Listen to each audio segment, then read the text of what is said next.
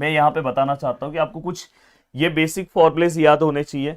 अगर आपको ये बेसिक फॉर्मूले बहुत अच्छे से याद है तो आप आराम से इस टॉपिक में बहुत अच्छा काम कर सकते हो। जैसे अगर मैं बात करूं तो यहाँ पे जो सबसे ज्यादा फेमस फॉर्मूला है दोस्तों ये है। अगर आपने पॉपुलेशन इन्वर्जन पढ़ा होगा तो उसके अंदर मैंने ये फॉर्मूला आपसे याद कराया था और हर फॉर्मूला मैं अभी आपसे याद कराऊंगा। देखो एक सिंपल सा मैंने कैसे याद रखा है, N2/N1। बहुत सारे यूनिवर्सिटी में इसको हम N/N0 भी लिखते हैं, वो भी चलेगा, ये भी चलेगा। और दोस्तों E⁻², मैं यहाँ पे क्या कर रहा हूँ दोस्तों, देखो यहाँ पे केटी नहीं आना चाहिए, तो ये याद हो गया आपको, नहीं आना चाहिए इसलिए माइनस है। और यहाँ पे डेल्टा ई लिखा हूं मैं। डेल्टा ई अगर आपको नहीं लिखना है तो वहां पे आप E2 - E1 भी लिख सकते हो। तो ये एक फॉर्मूला आपको याद हो गया। यहां से देखो डेल्टा ई ये सब आपको दिया होगा, अगर नहीं दिया है डेल्टा ई का वैल्यू तो आपको इस फॉर्मूले से निकालना होगा। ये फॉर्मूला ऑलरेडी हमने 12th क्लास में पढ़ा हुआ है। देखो यहाँ पे एच है, एच मतलब प्लैंक कांस्टेंट होता है जिसका वैल्यू ये है 6.626 इंटू 10⁻⁻34। बहुत सारे बुक में 6.63 भी लिखा है तो भी चलेगा, कोई दिक्कत नहीं है। तो ये आपको याद रखना है। देन सी मतलब क्या आएगा दोस्तों, वेलोसिटी ऑफ लाइट, तो इसका क्या आता है 3 इंटू 10⁻8। और दोस्तों यहाँ पे अगर आप देखोगे लैम्बडा, इसका वैल्यू आपको दिया होगा। तो कभी कभार अगर आपको याद रखना कि अगर आपको ई नहीं दिया है तो आपको इस फॉर्मूले से निकालना है, ये चीज का आपको ध्यान रखना है। इन केस कभी कभार अगर समझो आपको इसका वैल्यू दे दिया है, जैसे अगर समझो आपको स्ट्रेट फॉरवर्ड इन्होंने यहाँ पे, एक सेकेंड, यहाँ पे अगर समझो ये वैल्यू इन्होंने दे दिया है, यहाँ पे डेल्टा ले लो, अगर समझो इन्होंने यहाँ पे ये वैल्यू दे दिया है और आपको बोला है लैम्बडा निकालने को, तो आप लैम्बडा का भी यूज करके, इस फॉर्मूले का यूज करके आप निकाल सकते हो। ये दोस्तों देखो इस फॉर्मूले के लिए के का वैल्यू आपको पता होना चाहिए। ये देखो यहाँ पे बोल्टमैन कांस्टेंट जिसे हम बोलते हैं, बहुत ही सिंपल सा वैल्यू 1.38। एक बार लिख लेना क्योंकि ये पेपर में आएगा नहीं, आपको पता होना चाहिए 10⁻⁻23। ये याद रखो 1.38 इंटू 10⁻⁻23। और ये आपने छोटी क्लास में पढ़ा होगा इलेक्ट्रॉन वोल्ट का वैल्यू, कभी कभार सम में हो सकता है कि आपको इस तरह के क्वेश्चन पूछे। तो ये बहुत ही सिंपल है, 1.6 इंटू 10⁻⁻19 जूल। तो ये ओवरऑल सब चीजें हैं। अब मैं यहाँ पे मैं आपको एक स्क्रीनशॉट लेने के लिए टाइम दे रहा हूँ। वैसे अगर पॉसिबल होगा तो मैं ये पूरा का पूरा जो नोट्स टाइप में है मैं एप्लीकेशन प्रदीपगिरी एकेडमी पे अपलोड करा दूंगा। जैसे लेजर वाला अगर आप देखोगे उसका पूरा का पूरा पीडीएफ मैंने वहाँ पे फ्री कंटेंट में दे दिया है, तो ये भी मैं आपको फ्री कंटेंट में दे दूंगा। बस आपको क्या करना होगा, अगर सच में इसका पीडीएफ चाहिए तो आपको बस वीडियो को 500 लाइक जैसे ही हो जाएगा वैसे ही मैं आपको प्रोवाइड कर दूंगा। इसलिए वीडियो को फटाफट शेयर करो। जैसे ही 500, जैसे उस वीडियो को 500 लाइक हो गया मैं उसका आज प्रोवाइड कर दिया हूँ, ऐसे इसका भी 500 लाइक हो जाएगा, इसको भी मैं प्रोवाइड कर दूंगा। बस ये मैं मेरे मोटिवेशन के लिए बोलता हूँ कि जिससे आप लोग सपोर्ट दिखाते हो और मैं बहुत अच्छा काम करता हूँ। अब देखो दोस्तों यहाँ पे मैं बोल रहा हूँ बहुत सारे जगह पे आपको ऐसी चीजें पेड कंटेंट पे मिलेगी जो मैं आपको यूट्यूब पे दे रहा हूँ। और फिर समझ सकते हो कि मेरे पेड कंटेंट में आपको, अगर आपका मैकेनिक्स बहुत डिफिकल्ट जा रहा है तो मैंने खुद कोर्स मैंने और प्रदीप सर ने बनाया, एप्लीकेशन के ऊपर अपलोड है, उसे आप जाके ले सकते हो, पढ़ना स्टार्ट कर सकते हो। अगर आपको मैथ्स डिफिकल्ट लग रहा है, बनाया है, फिजिक्स केमिस्ट्री ये सब में, तो मैं आपको खुद यहाँ पे हेल्प कर रहा हूँ। अब ground state and excited state of the laser are separated by something, यहाँ पे दिया है, यहाँ पे कुछ वैल्यू दिया है दोस्तों। अब देखो ग्राउंड स्टेट, मैंने उस दिन आपको न्यूमेरिकल लेसन पढ़ाते टाइम बताया था, इसको हम ग्राउंड स्टेट बोलते हैं, इसको हम एक्साइटेड स्टेट बोलते हैं। और दोस्तों यहाँ पे देखो क्या लिखा है, separated by of the laser separated by something. ये तो मतलब दोस्तों ये हमें किसका वैल्यू दिया है दोस्तों, डेल्टा ई का। अब देखो ये सेपरेटेड बाय मतलब माइनस, अब डेल्टा ई का है तो आप इसको ऐसे भी ले सकते हो E2 - E1, ऐसे भी आप लिख सकते हो, या तो आप डेल्टा ई लिखोगे तो भी चलेगा, कोई दिक्कत नहीं है। अब यहाँ पे जो वैल्यू दिया है दोस्तों, क्या दिया है 1.8 EV। अब दोस्तों मैंने इसलिए आपको E का वैल्यू याद कराया है, देखो ये 1.8 तो ऐसे ही रहेगा। EV का वैल्यू क्या है दोस्तों, 1.6 इंटू 10⁻⁻19। तो अगर आप ध्यान से अच्छे से अगर पीछे देखने की कोशिश करोगे, देखो 1.6 इंटू 10 सॉरी मैंने यहाँ पे -19 आएगा, तो ये चीज का ध्यान रखना, मैंने गलती से वहां पे 9 लिखा था। अब यहाँ तक का पार्ट होने के बाद तो यहाँ पे क्या आएगा दोस्तों, 1.6 इंटू 10⁻⁻19। अब यहाँ पे ये पूरा का पूरा पार्ट जैसे ही हमने सॉल्व किया, अब देखो अगर आप इसे सॉल्व करते हो तो इसका आंसर क्या आएगा। तो देखो अगर मैं इसे सॉल्व करूंगा तो 1.8 इंटू 1.6 इंटू 10⁻⁻19। तो दोस्तों जो इसका आंसर आ रहा है दोस्तों वो आ रहा है 2.88 इंटू 10⁻⁻19। अब दोस्तों ये पूरा का पूरा पार्ट होने के बाद अब मेरा नेक्स्ट क्या है, calculate the ratio of ratio निकालना है number of atom in the excited और to the ground. In the excited मतलब मैंने बोला था एक्साइटेड मतलब N2 होता है, ग्राउंड मतलब N1 होता है, तो हमें इसका आंसर चाहिए। एंड एज वेल एज हमें क्या करना है दोस्तों, वेवलेंथ भी फाइंड आउट करना है। हमें क्या निकालना है, वेवलेंथ। अगर आप बहुत सारे बुक्स में सॉल्यूशंस इसका देखोगे तो ये वो भूल गए निकालना, पर ये भी निकालना है। और दोस्तों हमें ये टेम्परेचर दिया है, टेम्परेचर मतलब अपने को टी का वैल्यू दिया है 27 डिग्री सेल्सियस है, आपको केल्विन में कन्वर्ट करना है तो 273 से प्लस कर दो। तो अगर आप प्लस करोगे तो आई थिंक ये 300 केल्विन हो जाएगा। तो ये बहुत ही सिंपल तरीके से मैंने यहाँ पे सभी चीज़ें आपको बता दी। अब देखो दोस्तों, स्ट्रेट फॉरवर्ड फॉर्मूले का यूज़ कर रहा हूँ। सबसे पहले देखो मुझे ये फॉर्मूला अप्लाई करना है, तो यहाँ पे देखो N2 upon N1 which is equal to, यहाँ पे हम क्या करेंगे दोस्तों, E raise to minus delta E upon K T.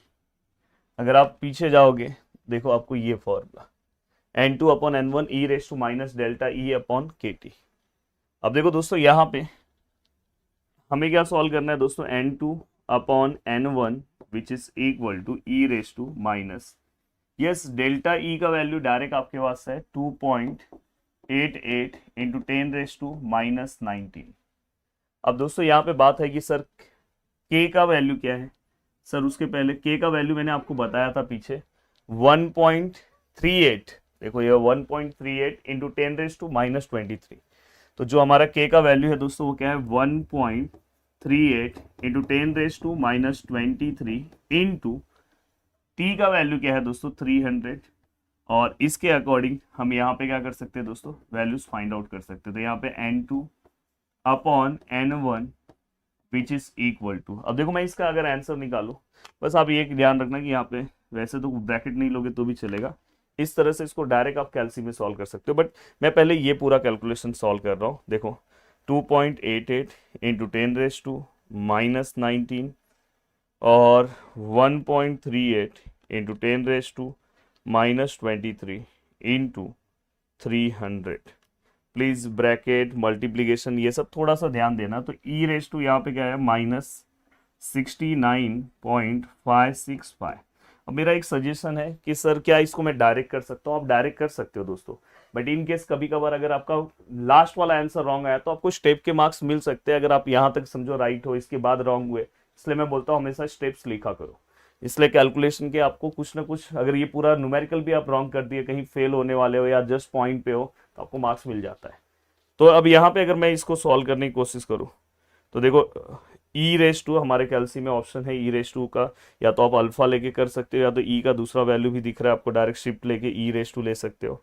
अब देखो दोस्तों 69.565, अगर मैं इसका आंसर निकालूं तो आंसर आ रहा है दोस्तों N2 upon N1 which is equal to 6.1419 into 10 raise to minus 31। Straightforward, यहाँ पे कोई यूनिट आपको लिखने की जरूरत नहीं है, ये आपका सम सॉल्व हो गया। अब चलते हैं दोस्तों नेक्स्ट क्वेश्चन की ओर और नेक्स्ट क्वेश्चन सॉल्व करते हैं। तो दोस्तों इसके अंदर ही एक और क्वेश्चन उन्होंने पूछा है हमें लैम्बडा का क्वेश्चन, तो वो भी मैं बता दूं। और दोस्तों अगर आपको समझो मैं लैम्बडा का क्वेश्चन यहाँ पे सॉल्व कर रहा हूँ, चलो मैं नेक्स्ट पेज पे करता हूँ। तो देखो दोस्तों यहाँ पे मैंने आपको बोला है कि delta E which is equal to, यहाँ पे क्या है एच सी अपॉन लैम्बडा। इन्होंने वेवलेंथ पूछा तो लैम्बडा यहाँ पे ले रहा हूँ, तो डेल्टा ई नीचे हो जाएगा और यहाँ पे क्या आएगा दोस्तों एच सी। अगर मैं प्लैंक कांस्टेंट की वैल्यू की बात करूँ तो अगर आपको देखो मैंने प्लैंक कांस्टेंट भी दिया है 6.626, देखो 6.626 इंटू 10 रेज टू माइनस 34। तो देखो दोस्तों यहाँ पे 6.626 into 10 raise to minus 34 into C का वैल्यू क्या है 3 इंटू 10 रेज टू 8 मीटर पर सेकेंड। और डेल्टा ई का वैल्यू क्या है दोस्तों, अगर आप पीछे देखोगे तो डेल्टा ई का वैल्यू हमने यहाँ पे निकाला है, ये इसका यूनिट देना है तो दे दो जूल। तो 2.88 इंटू 10 रेज टू माइनस 19। तो यहाँ पे क्या है दोस्तों 2.88 इंटू 10 रेज टू माइनस 19।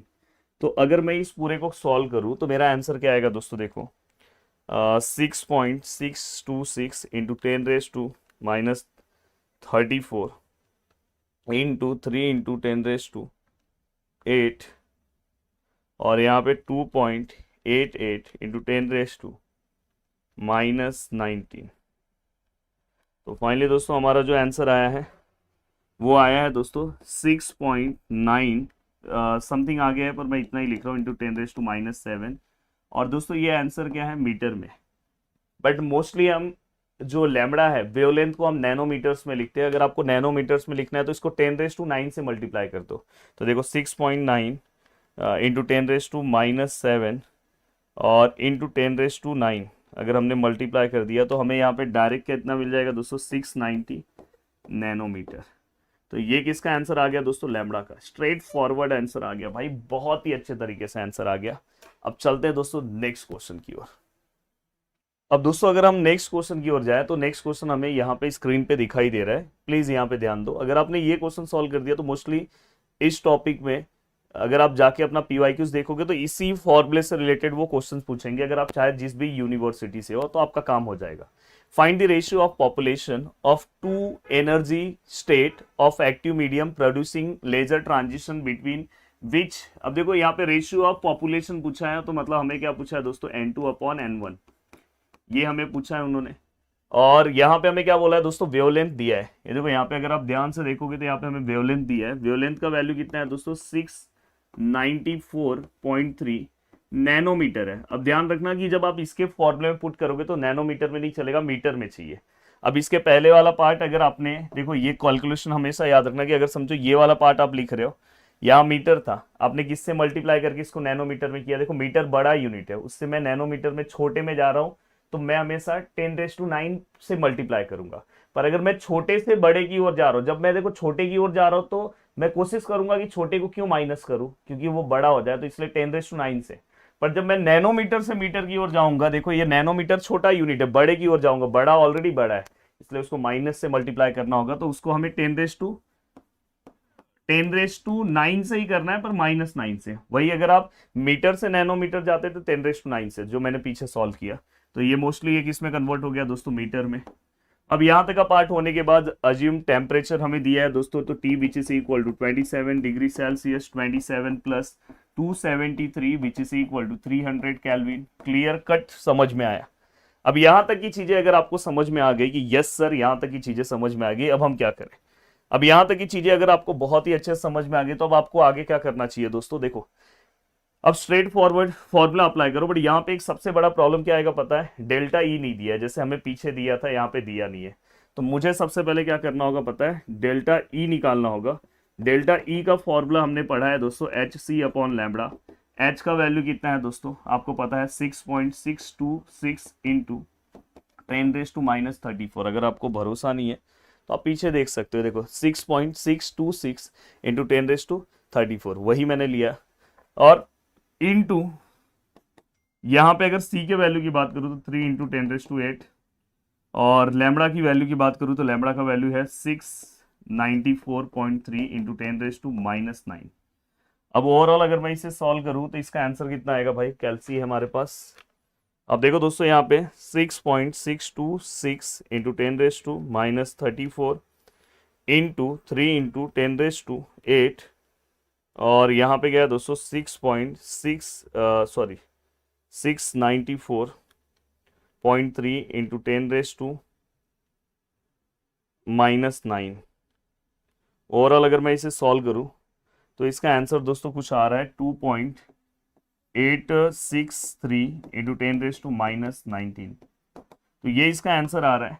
अब मुझे क्या करना है दोस्तों, इसको कन्वर्ट करना है, किस में कन्वर्ट करना है, इस फॉर्मूले में। तो देखो N2/N1 which is equal to E⁻⁻ΔE/KT। देखो E⁻, अब यहाँ पे देखो मैं सब वैल्यूज लिखूंगा। डेल्टा ई का वैल्यू हमने निकाला है दोस्तों 2.863 इंटू 10⁻19, और के का वैल्यू कितना है दोस्तों, के का वैल्यू द वैल्यू ऑफ के 3 नहीं, के का वैल्यू तो वो है कांस्टेंट वाला 1. देखो यहाँ पे 1.38, ये देखो ये वाला के का वैल्यू।